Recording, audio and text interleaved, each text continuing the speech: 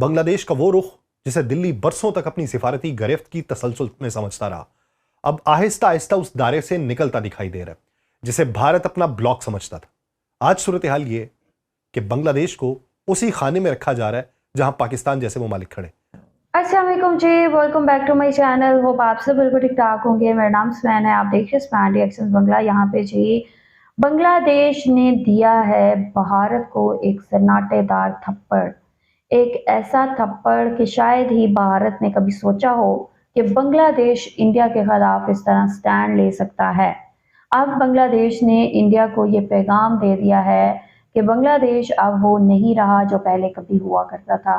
यहाँ पे बांग्लादेश की जो सालमियत है, बांग्लादेश की जो सिक्योरिटी है, वो सबसे ज़्यादा इम्पोर्टेंट है। और अब भारत जब भूल जाए कि हम उनके कहने पे अपने मुल्क के कोई फैसले करेंगे। पाकिस्तान मीडिया बांग्लादेश को प्रेज़ कर रहा है, बांग्लादेश की तारीफ़ कर रहा है कि बांग्लादेश ने इंडिपेंडेंट वे में जिस तरह स्टैंड लिया है अपनी कंट्री की रिस्पेक्ट में, अपनी कंट्री की ऑनर में, अपने लोगों के लिए ये काबिले ताज़ीद है। लाइक उसको अप्रिशिएट करना चाहिए, मतलब ठीक है। तो यहाँ पे पाकिस्तान मीडिया बहुत ज़्यादा तारीफ़ कर रहा है। आप लोगों के साथ अभी मैं ये रिपोर्ट शेयर करूँगी। इस रिपोर्ट को आप लोगों ने स्किप नहीं करना, बहुत अहम किस्म के पॉइंट्स हैं। चैनल पे न्यू है तो चैनल को सब्सक्राइब करें और बेल आइकॉन को क्लिक करें। तो चलते हैं, देखते हैं वीडियो, लेट्स गो। यह खबर बज़ाहिर सिफारती प्रोटोकॉल की एक मामूली सी तब्दीली लगती है, मगर इसके अंदर छुपा मफहूम कहीं ज्यादा गहरा और चौंका देने वाला है। बांग्लादेश का वो रुख जिसे दिल्ली बरसों तक अपनी सिफारती गिरफ्त की तसलसल में समझता रहा, अब आहिस्ता आहिस्ता उस दायरे से निकलता दिखाई दे रहा है जिसे भारत अपना ब्लॉक समझता था। आज सूरत हाल ये कि बांग्लादेश को उसी खाने में रखा जा रहा है जहां पाकिस्तान जैसे ममालिक खड़े। और यह तब्दीली बांग्लादेश के लिए नहीं, भारत के लिए वाज़ेह पैगाम है।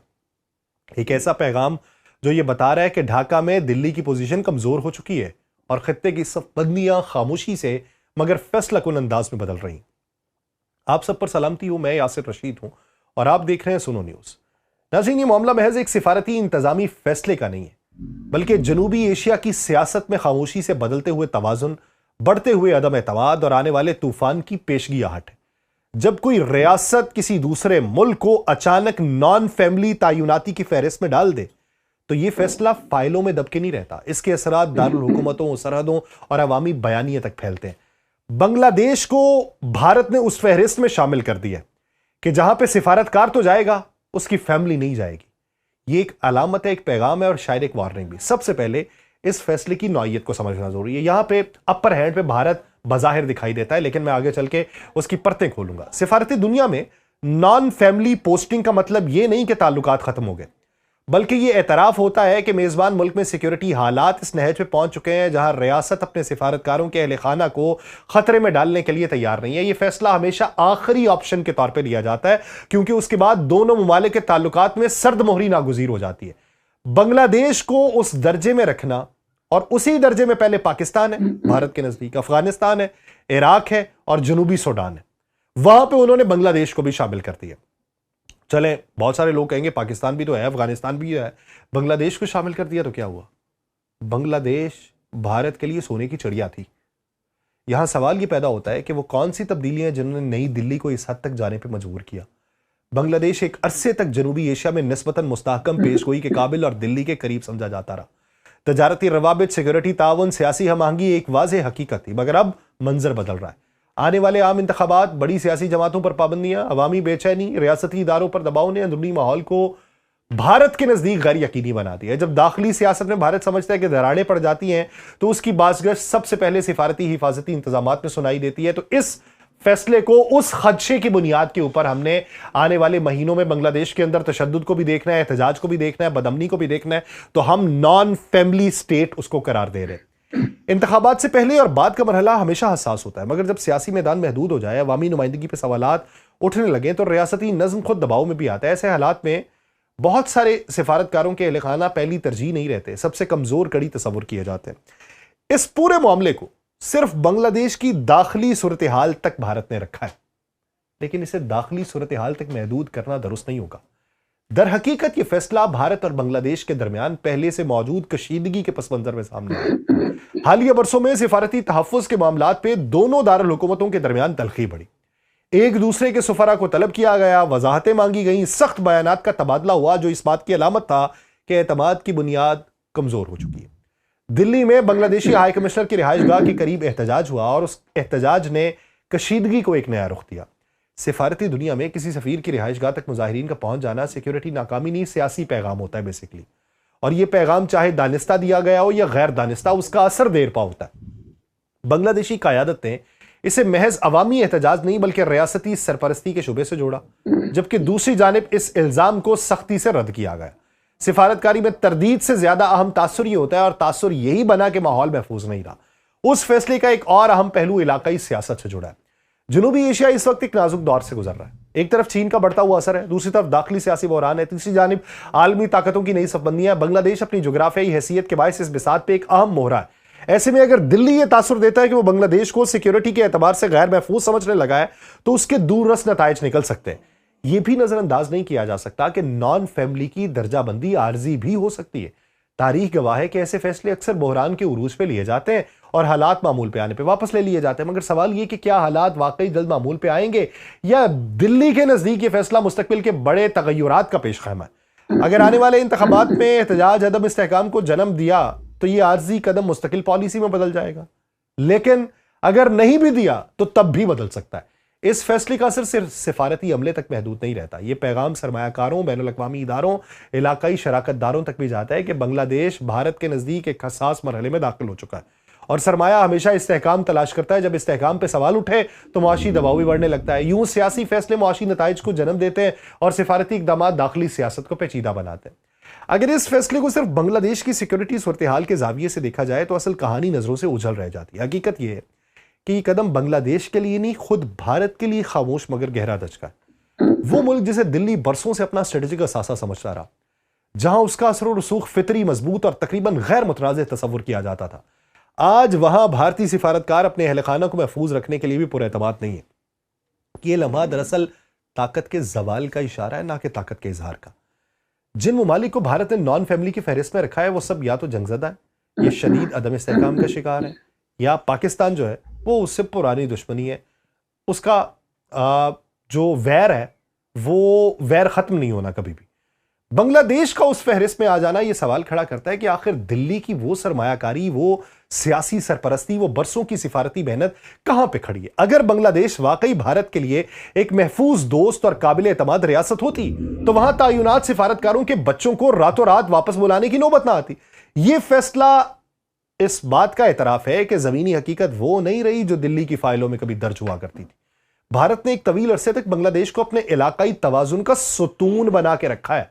सियासी हमायत, इक्तसादी ताउन, सिक्योरिटी रवाबित, सिफारती हमांगी, सब कुछ एक ही सब्त में चलता दिखाई दिया। मगर अब हालात बदल रहे हैं।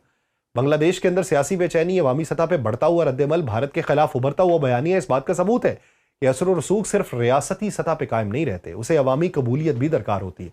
जब अवामी सतह पर सवाल उठने लगे तो सबसे पहले उसका असर सिफारती तहफ्फुज़ पे पड़ता है। यह फैसला इस बात की अलामत भी है कि भारत को खुद अपने अंदाजों पर नजरसानी करना पड़े। दिल्ली शायद यह समझ रहा था कि बांग्लादेश में हालात उसके कंट्रोल में है, या कम अज कम उसके असर में है, मगर सिफारती अहल खाना की वापसी यह पैगाम देती है कि जमीनी सूरत हाल अब पेशगोई के काबिल नहीं रही। जब किसी मुल्क को अपने ही करीबी इत्तेहादी में खतरात नजर आने लगे तो ये उसकी इलाकाई पॉलिसी की कमजोरी का खुला सबूत होता है। दिल्ली में बांग्लादेशी हाई कमिश्नर की रिहाइशगाह के करीब होने वाले वाकयात ने भी इस अदम तवाजुन को बेनकाब किया। अगर एक तरफ भारत बांग्लादेश में अपने सिफारतकारों के तहफ्फुज़ पे सवाल उठा रहा है तो दूसरी तरफ खुद दिल्ली में एक सफीर की सलामती पे उठने वाले सवालात ने ताल्लुकात को मजीद नाजुक बनाया है।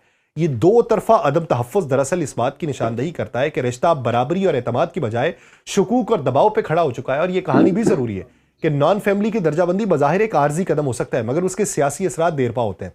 इस फैसले के बाद बांग्लादेश को दुनिया यह पैगाम जाता है कि भारत खुद इस मुल्क को गैर महफूज समझने लगा, मगर इससे ज्यादा नुकसान भारत को होता है क्योंकि उसकी इलाकाई साख पे सवाल उठता है। जो मुल्क खुद को खित्ते का कुदरती कायद समझता हो, अगर वो अपने करीबी शराकतदार में भी एतमाद बरकरार ना रख सके तो उसकी क़यादत का दावा कहां गया। जरा ये बताते हैं कि जिस वाक़े ने दिल्ली को चौंकाया उसके तकरीबन एक हफ्ते बाद यह फैसला सामने आया था, और यह ताखीर खुद इस बात की अलामत थी कि रद्द-ए-अमल फौरी नहीं था बल्कि सोचा समझा था कि इसका इंपैक्ट क्या जाएगा। सवाल यह कि सोच किस खौफ से निकली। ढाका में तैनात एक भारतीय सिफारतकार का यह कहना कि वह इस फैसले पर हैरान नहीं है, ये दरअसल दिल्ली की अंदरूनी कैफियत को बेनकाब करता है।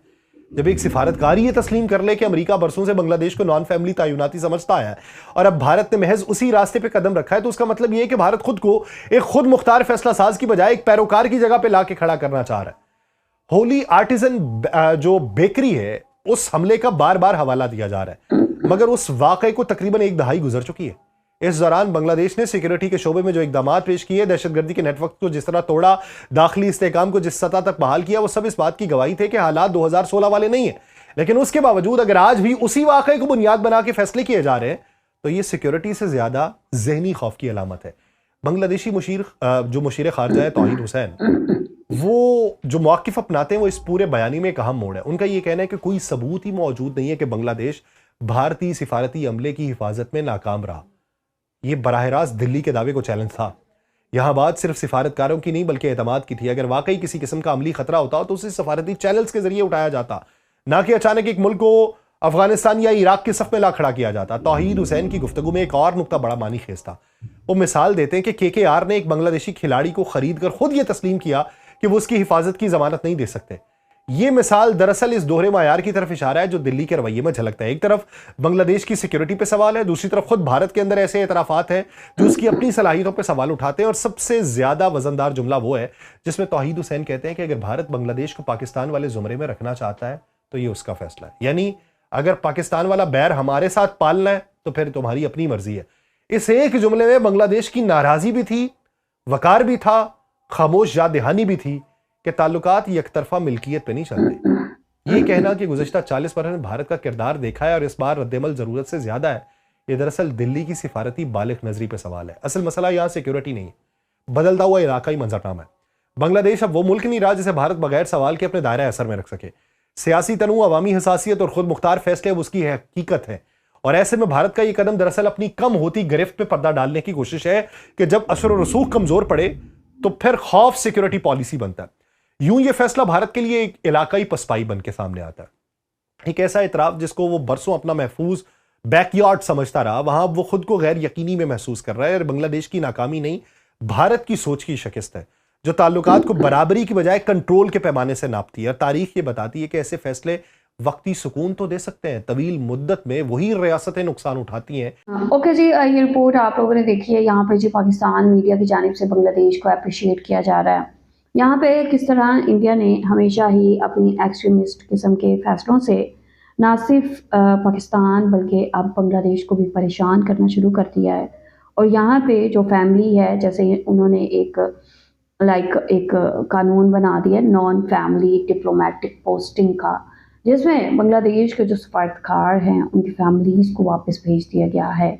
यहाँ पे इन्होंने बहुत अच्छी एग्जांपल दी कि ढाका में भी इस तरह के जो प्रोटेस्ट हैं वो हुए, लेकिन यहाँ पे ऐसा कोई स्टेप नहीं लिया गया। लेकिन दिल्ली की जानिब से इस तरह का फैसला इंतहाई शर्मनाक है, इंतहाई अफसोसनाक है, जिससे साफ पता चलता है कि इंडिया अपने रिलेशन बांग्लादेश के साथ वैसे नहीं रखना चाहता या वो रख ही नहीं पा रहा है। तो यही वजह है कि कॉन्टीन्यूसली इंडिया की जानिब से ये चीज़ें की जा रही हैं और अब और भी इसकी वजह से इश्यूज जो हैं वो जनरेट हो रहे हैं, बिल्ड हो रहे हैं।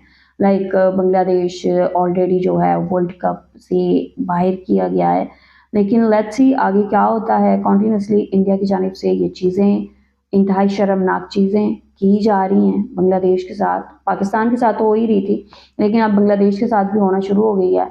आप लोग क्या कहेंगे इस हवाले से? आप लोगों का जो भी कहना है लाजमी बताएं कमेंट सेक्शन में। वीडियो को एक बार लाइक और शेयर लाजमी करें। अपना ख्याल रखें, अपने चैनल का भी। I will see you till then, take care, अल्लाह हाफिज़।